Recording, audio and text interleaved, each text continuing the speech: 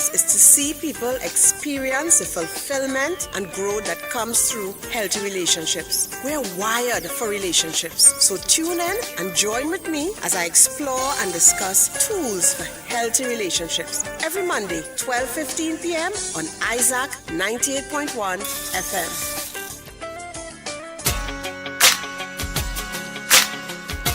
About 17 minutes past 12 noon. Welcome back, guys. Welcome. We are once again here for another edition of Healthy Relationships, and I've got Petreece Cuffie on with me today.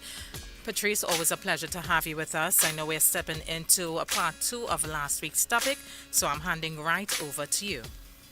All right. So thank you, Tiffany, and thank you all our viewers, listeners. Thank you even for the feedback. Happy to be here again. And we're continuing with when yesterday walks into today's marriage, the impact of childhood trauma on marriages. And this is part 2. So today I am continuing to unpack the wounds that we carry out of our childhood homes.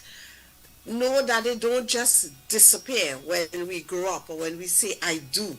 They often walk right into our marriages with us.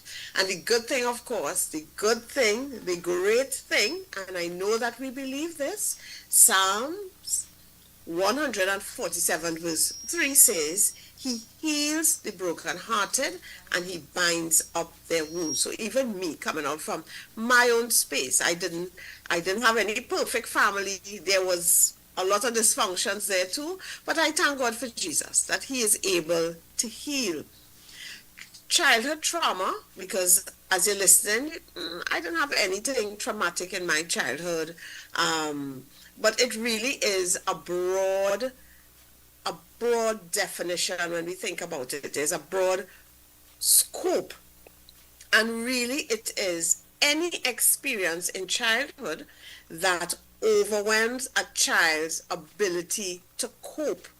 It is any situation that would have left them with a lasting feeling of being unsafe, unseen, unheard, or unloved.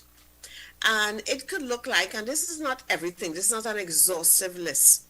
It could look like growing up in a home where parents constantly fought, where there was a lot of instability, where there would have been, very, very stressful separation or divorcing situations, being physically, verbally, emotionally, or sexually abused, being neglected emotionally and or physically, having parents who struggled with things like addiction, mental illness, or was simply emotionally unavailable, and being made to feel as a child that your feelings and needs did not matter. And this can happen in many ways. This last one, being made to feel as a child that your feelings, your needs didn't matter. Many, many situations can manifest, can cause a child to feel like this.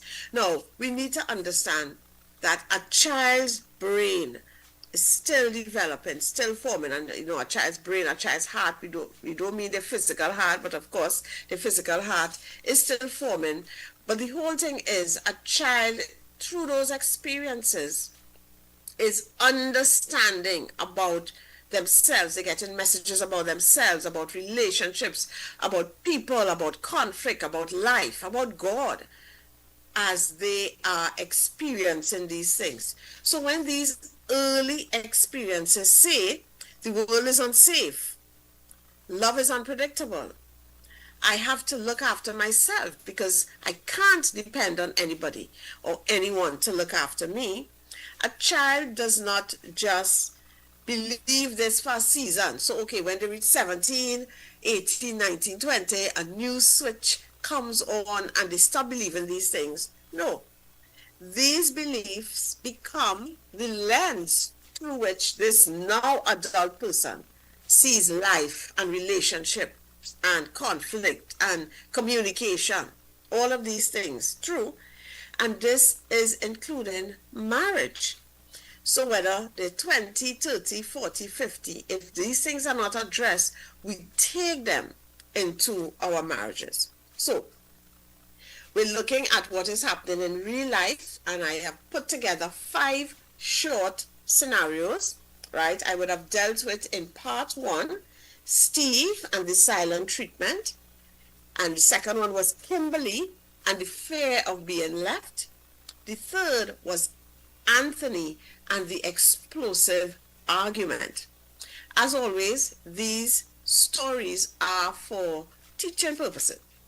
Not any one person that I know, but I know even as you listen today, and even if you go back to the first part of this program, you may hear your own story in at least one of them, right? And after each scenario, I would have shared, and I will continue in this program, how the childhood wounds is showing up in marriage, and I'm also giving some tips on what you can do if this is your situation. So today, the fourth scenario, I would have dealt with 3 prior program. The fourth one is Denise, the peacekeeper who has no peace. So again, this is not any person that I know, but for teaching purposes, case studies, they really do help, right? So Denise grew up as the oldest child of parents who fought constantly. From very young, she took on the role of keeping everyone calm, soothing things over, apologizing for things that were not her fault, and burying her own needs and feelings so the household could stay peaceful. She was praised for being the easy one and so mature for her age. Now married to Kevin, Denise almost never voices disagreement. If Kevin makes a decision she does not like, she goes along with it, smiles, and says everything is fine. But underneath, resentment has been quickly building for years. Kevin genuinely has no idea that anything is substantially wrong. Of course, all marriages, they have things, ups and downs. All marriages have conflicts that we have to deal with, but he doesn't think that anything is substantially wrong. Until Denise, out of nowhere, as we say, out of the blue, it seems to him, breaks down in tears and lashes out over something small, leaving him genuinely confused and hurt. So the effect of Denise's upbringing, of her childhood, people pleasing and suppressing her needs, which would eventually lead to resentment. So Denise learned as a child that her needs were a burden. Other people's feelings were more important than hers, and that her value came from keeping the peace. It came from keeping the peace. That belief served a purpose in a chaotic childhood home, but in marriage, a spouse who never says what she truly needs is not actually keeping the peace. She is postponing the conflict and quietly storing up resentment that eventually leaks out sideways, often at the worst possible moment, and over sometimes what would seem like the smallest things. Denise's healing involved learning that her feelings and needs matter. And it's not just learning it, but believing that her feelings and needs matter, not just other people's feelings and needs. Her feelings and needs are just as important as others. And practicing the uncomfortable work of speaking up in small moments, even bigger moments, and learning to share her needs and feelings before resentment builds. So Denise really needs to work on becoming vulnerable. So she never had to share. Everything was about others. And quietly, she kept everything inside.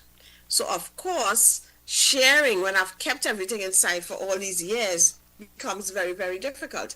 And also, she knew back in her childhood, if she shared, she would not get a response that felt like support and care and love. What she would get is rejection. It didn't matter. Her feelings didn't matter.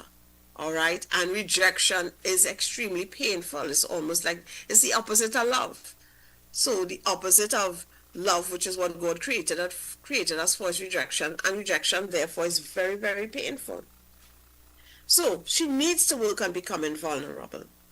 Kevin's part is creating a safe, non-defensive space for her to do that, so that Denise learn that relationship, conversation, right, can be safe, that she can learn to be honest and vulnerable with someone who she loves. So conversation by conversation, she should be able to get stronger. But it would mean Denise would need to take some risk. Being vulnerable is risky. That's one of the things I had to learn, even for me, because growing up, and I don't think this was the intention of my parents, but it felt like my feelings were not important. I knew my needs to some extent were important, but my feelings, I didn't feel like my feelings were important. It was very, very difficult for me to talk about my feelings and to share my feelings. And if this is you, you can do these two exercises in your relationship. So the feel and need check-in.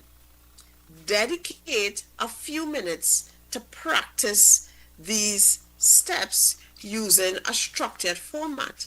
So you can say, so you have this in your mind, right now I am feeling, and you say what those emotions are, and what I really need from you is, and say what that specific action is. So you're literally giving the person a roadmap on how, what you feel in one, but how you would like them to intervene to help you. So you have this, so it makes it easier if I have a way to express it. So right now I'm feeling, and you say what those feelings are, and remember, we want to go beneath the secondary emotions of angry, irritated, annoyed, frustrated, upset. You want to go below. So I feel scared, I feel overwhelmed, I feel tired, I feel disappointed, I feel used. You want to go below those to the primary emotions, the more vulnerable emotions. And you can also do daily appreciation, where you share one specific thing your spouse did that made you feel safe, loved, or deeply seen. Remember, Denise is coming from a space where she felt, in a sense, only seen for the fact that she was able to help keep the peace, that she was taking care of other people's needs. She wasn't feeling deeply seen. So you want to be able, I felt unloved, and it's difficult for me to ask for you to do certain things to make me feel loved. Okay, so when it is done, show appreciation. So you did this, and this caused me to feel loved. So these are two things that you can do. Now, if you are struggling with the fear of rejection, some things you can do. So you're struggling with sharing your needs and your feelings because you are afraid of the person's response when you do that. And if this response is not healthy or appropriate, you will feel rejection, and you don't want to feel that. So there is that fear of rejection. So first thing, shift your mindset. Expect discomfort. Vulnerability feels unsafe, and that is natural. It is natural to have something inside of you that says, oh no, no, no, I can't do this, this is unsafe. That's okay. You need to be able to push through this. So if you want a healthy marriage, you need to be able to push through that feeling of feeling unsafe because I am going to be vulnerable or I am working on being vulnerable. That's how it's going to feel. So expect the discomfort. That is very normal. That means you're okay. You're normal enough. You're healthy enough, right?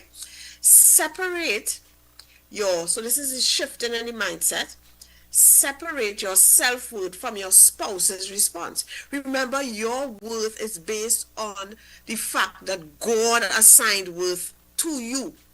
You are priceless. You are valuable no matter how you feel, how people treat you.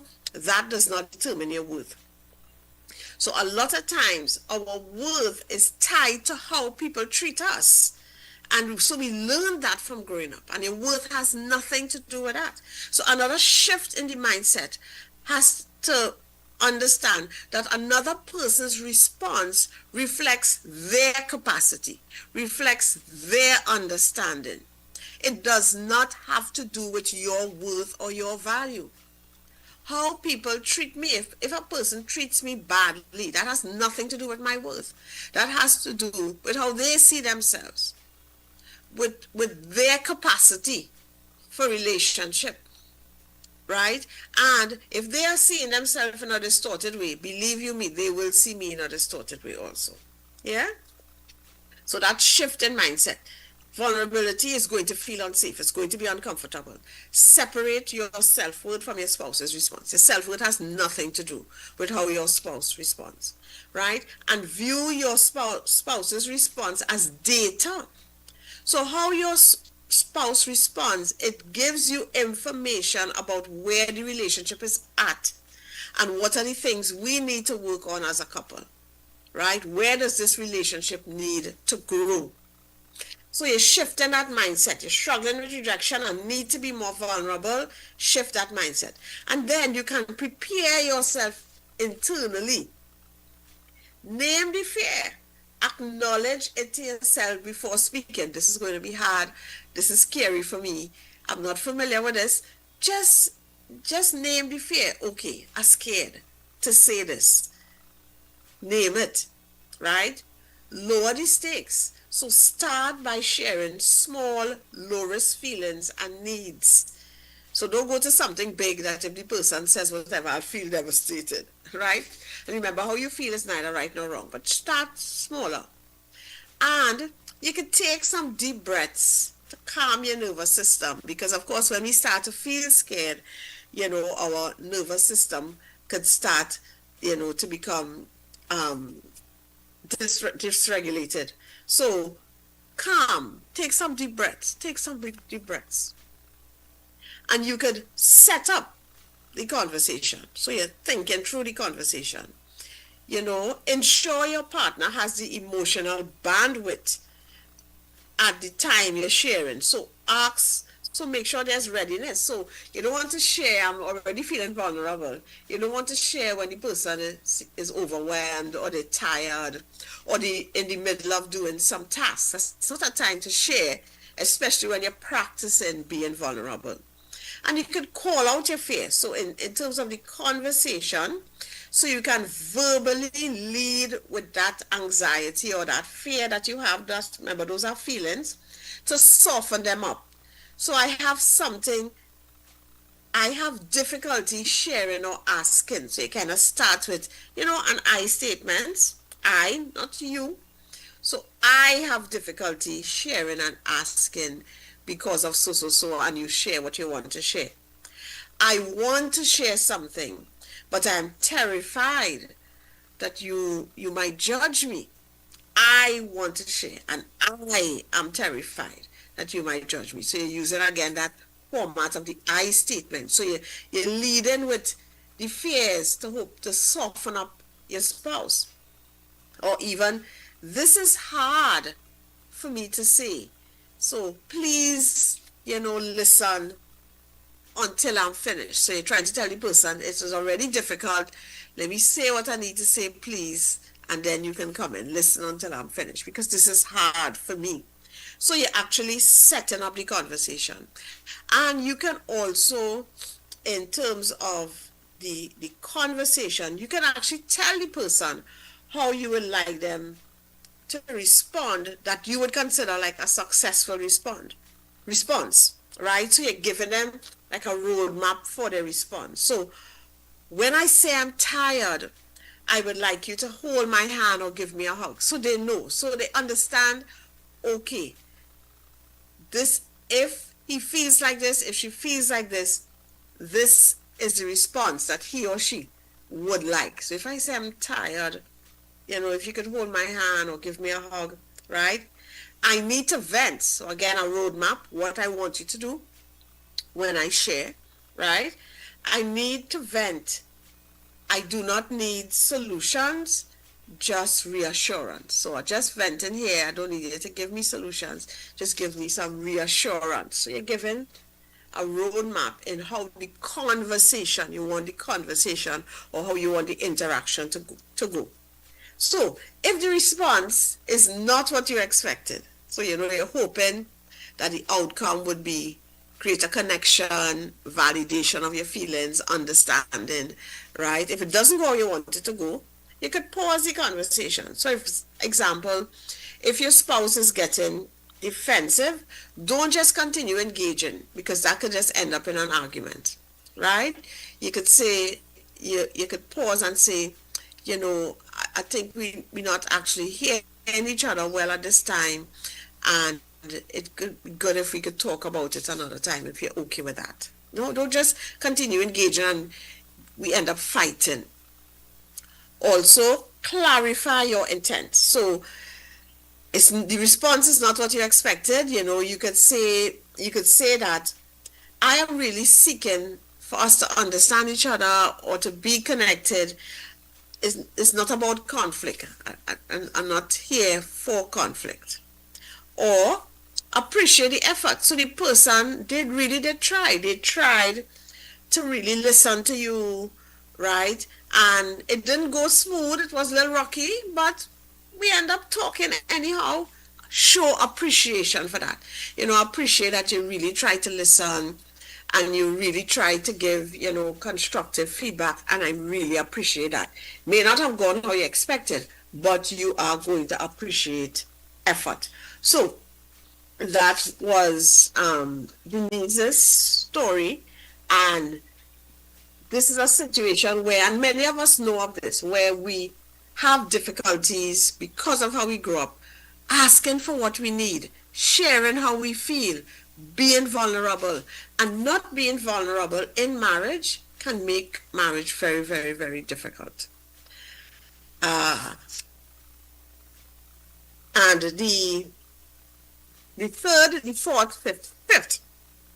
The fifth situation is kind of complex and it deals with Jordan and Maya. So it's a much more complex story and it's looking at zoning out as a trauma response. And a lot of people can relate to this, right? So zoning out can be a form of dissociation, right? Dissociation. So mentally checking out when your nervous system perceives a threat or where your nervous system is overwhelmed. For someone with unresolved childhood trauma, a partner's emotional sharing can unconsciously resemble earlier situations where, so your partner begins to share something emotional, a feeling, a need, and there's emotions being shared and the person seems to just shut down or just zone out. And it's an unconscious response because it resembles something from your spouse's childhood situations where feelings led to chaos, shouting, punishment. So the safest option was to shut down internally. So a child growing up in a home where there are these things, the safest thing, just shut down. And then where the child had no power to change the situation, making emotional numbness the only workable strategy. In adulthood now, so this happened in childhood, And I am saying I do as an adult in marriage, and I'm carrying this into marriage. So in adulthood, the body and brain may react to emotional intensity with the same survival strategy: cognitive disengagement, a blank expression, or just suddenly seem to shut down. Same response. So Maya and Jordan had been married for 8 years. One evening, after a tense day at work, Maya sat down next to Jordan on the couch and says, "I really need to talk about something. When you joked about me being too sensitive in front of your friends today, it really hurt. I felt embarrassed and alone." Jordan's eyes are on the TV remote in his hand. As she speaks, he keeps clicking through the channels, then lands on a sports recap. His face goes blank. He doesn't look angry, just absent. Maya continues, voice shaking a little. "I know you probably did not mean it, but it reminded me of when my dad used to make fun of me. I just wanted you to understand why it felt so painful." Jordan leans back, arms crossed, gaze fixed on the screen. "You're overthinking it," he says flatly. "It was just a joke. Can we not do this right now?" His tone is calm but distant. Maya feels a familiar wave of frustration and sadness. "Every time I try to share how I feel, you shut down," she says, tears in her eyes. "I am not trying to attack you. I am trying to let you in." Inside, Jordan feels tightness in his chest. Emotional conversations always make him uncomfortable. Growing up, his parents handled conflict by yelling, shouting, walking away. And he learned that emotions only led to chaos and shame. So this is what Jordan learned from his upbringing. When it comes to emotions, it's not going to end well. It is only going to lead to chaos and shame. Now, when Maya starts to express hurt, his body automatically goes into escape mode. He focuses on the television, narrows his responses, and tries to end the conversations quickly. Maya sees him as disengaged, and she interprets that as he does not care about me. So she sees that flatness, that zoning out, that him not engaging. He doesn't care about me, right? She raises her voice slightly. "I just need you to listen. Why is that so hard?" And we can see how, even in her raising her voice, how that would actually make things worse. So what is the dynamic at work? And I'm sure you're listening, you're already getting the dynamic at work, right? So it is really layered, right? So with the whole thing, emotional regulation, communication issues is layered, right?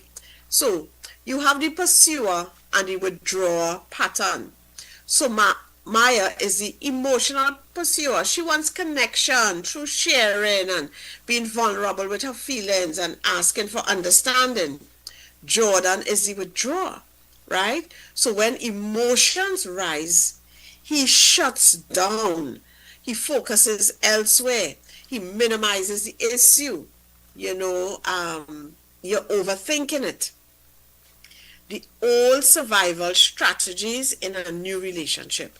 So Jordan zoning out is a learned protective strategy from his family of origin environment, right? Where emotions would have led to chaos, it led to shame, it led to a certain amount of hurt. So that in adulthood, the same strategy now activates when Maya expresses emotions, when she expresses painful emotions, when she expresses hurt. Even though she's not yelling at him, she's not shouting at him, she's not attacking him. But the same strategy is now activated in Jordan. And as a result of that, there's a lack of validation or emotional validation. So there's a lack of empathy. So when Maya says she feels hurt, when she feels embarrassed and she feels alone, Jordan responds with, "You're overthinking it. It was just a joke," right? Which of course will invalidate how she is feeling. This means that Maya would be feeling unseen. It will intensify her distress. It will make her want to do what? Push harder at talking, push harder at trying to get him to understand. And we know that what will happen because they have a different approach to emotional comfort. So when Maya feels uncomfortable, she feels some kind of pain, she wants to talk with Jordan. She wants to speak with her husband. But when she does that, for him to feel comfortable would mean him shutting down. Right? So it feels, while this is what she wants to feel comfortable, it feels emotionally unsafe and overwhelming for Jordan.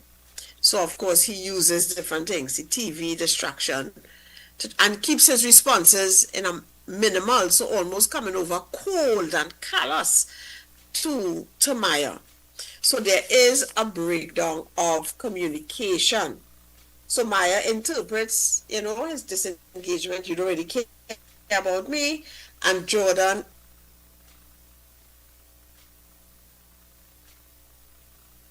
situation that feels threatening, and as far as he's concerned, this feels pointless. What she's doing there is pointless. Right? Now, neither of them are saying what is happening internally. She's not actually saying, "You don't care about me." Right? When he does this, "You don't care about me."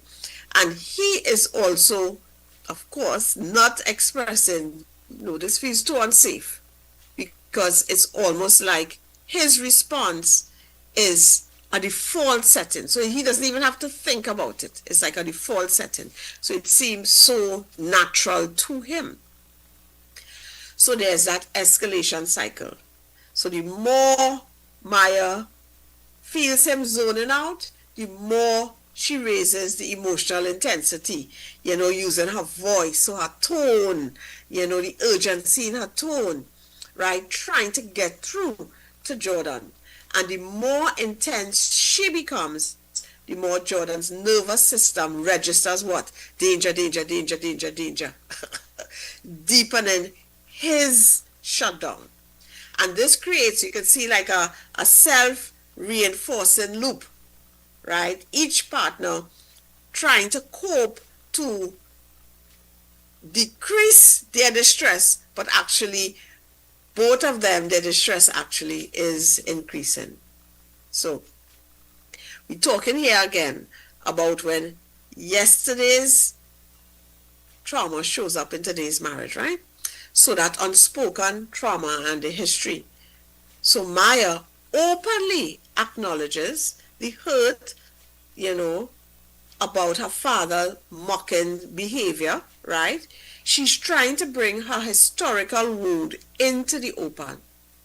Maya has some awareness of how her past shapes her present emotional reactions. So she knew that when her husband called her too sensitive, she knew why she felt like that, why it felt so painful for her. And of course, she's willing to express that. Now, Jordan's childhood pattern, where there was all this yelling, shouting, walking away, and him needing to cope, him coping, self-soothing, was shutting down, right, is unacknowledged. It is not spoken about, right? He doesn't name it, but it silently governs his reactions. Jordan does not yet connect his present discomfort with his family history, so he experiences the conversation mainly as an irritation or pressure rather than a flashback to an early emotional chaos, right? So they definitely have different levels of insight or awareness into their behavior. Why are we behaving like this? So, of course, the impact on the relationship, the emotional loneliness in Maya, who is pursuing to get connection, to get closeness. So she feels embarrassed and alone during the event, and then she feels rejected and alone when Jordan disengages in the conversation. For her, the marriage becomes a place where vulnerability is repeatedly met with silence or minimizing, and of course, this would erode trust and intimacy in the marriage. And Jordan, his defensive exhaustion in, because no, I can't deal with this. So he is withdrawing.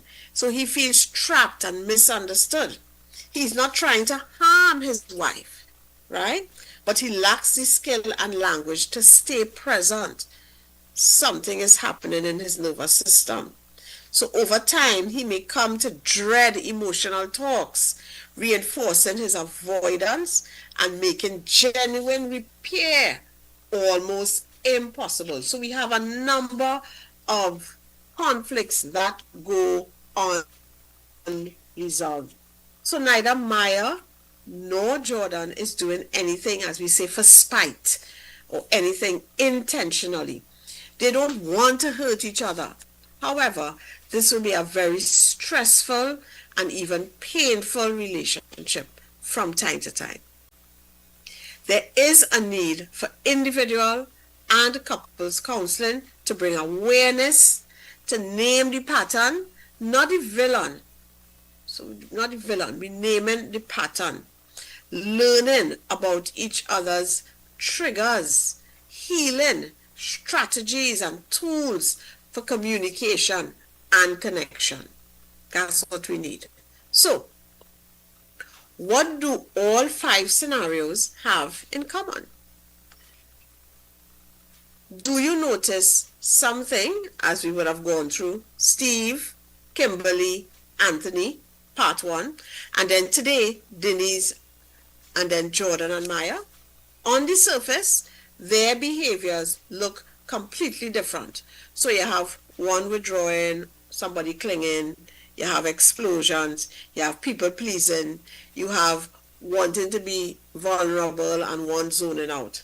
But underneath, all of them, every one of them is doing the same thing, reacting to today's spouse with yesterday's survival strategy.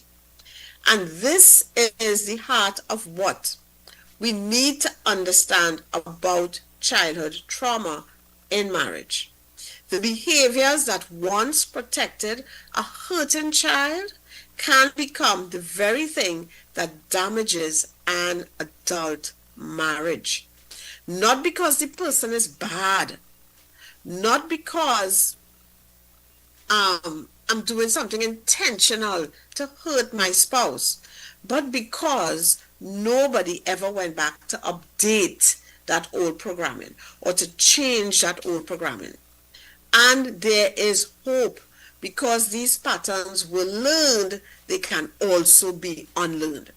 This is not always quick, and it is rarely something we can complete on our own.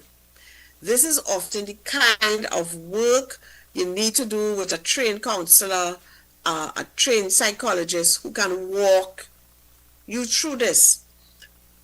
Alongside prayer, honest self-reflection, healthy community, and a patient, willing spouse.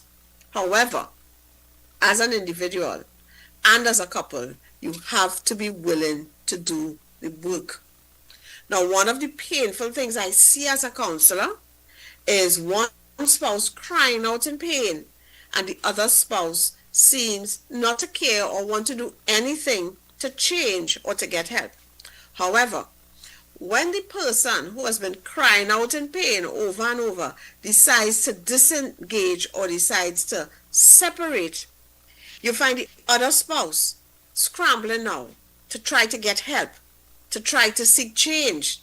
And sometimes that is too late, because the spouse who has been crying out for change and let's get help please, and the other spouse, no, we good, we don't need help, who could tell us how to run our life, and these kinds of things, that spouse starts to believe that the person doesn't want to treat me better, so that in a sense trust is broken down. Trust about whether this person is truly willing to love and respect me. And once trust is broken down, it really can be too late to fix that. So please don't get into a situation where it is too late. So some basic steps we could take right now. You listen to this program, you're hearing yourself in some of these stories, and as I said, you can go back to part 1 to get the other stories. Name it. Ask yourself honestly, where did I learn to respond this way? You cannot heal if you do not name it, if you don't identify it. And a lot of times our spouses are telling us something about how we're behaving. We need to listen. Tell your spouse your story, not just the symptom. Tell them, when you raise your voice, it actually took me back to this. When you do this, it reminded me of when my parents would fight. Tell them the story and then get support. Pray, journal, record yourself. If you don't like to write, record yourself. Have honest conversations.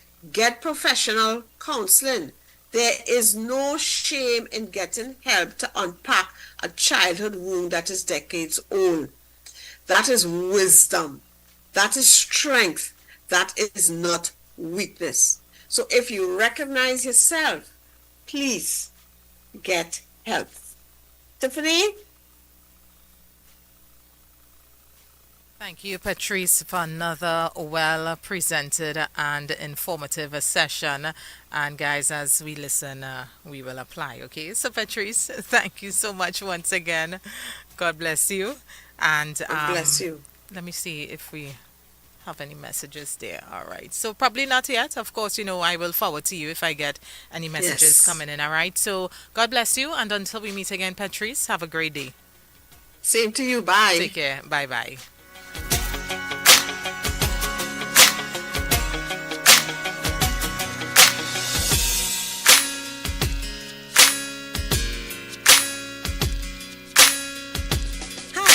Petreece Cuffie, counselor and trainer, and one of my deepest desires is to see people experience the fulfillment and growth that comes through healthy relationships. We're wired for relationships, so tune in and join with me as I explore and discuss tools for healthy relationships every Monday, 12:15 p.m. on Isaac 98.1 FM. Isaac 98.1 FM. Listen to us at home, in your cars, on your way to work, or in the office.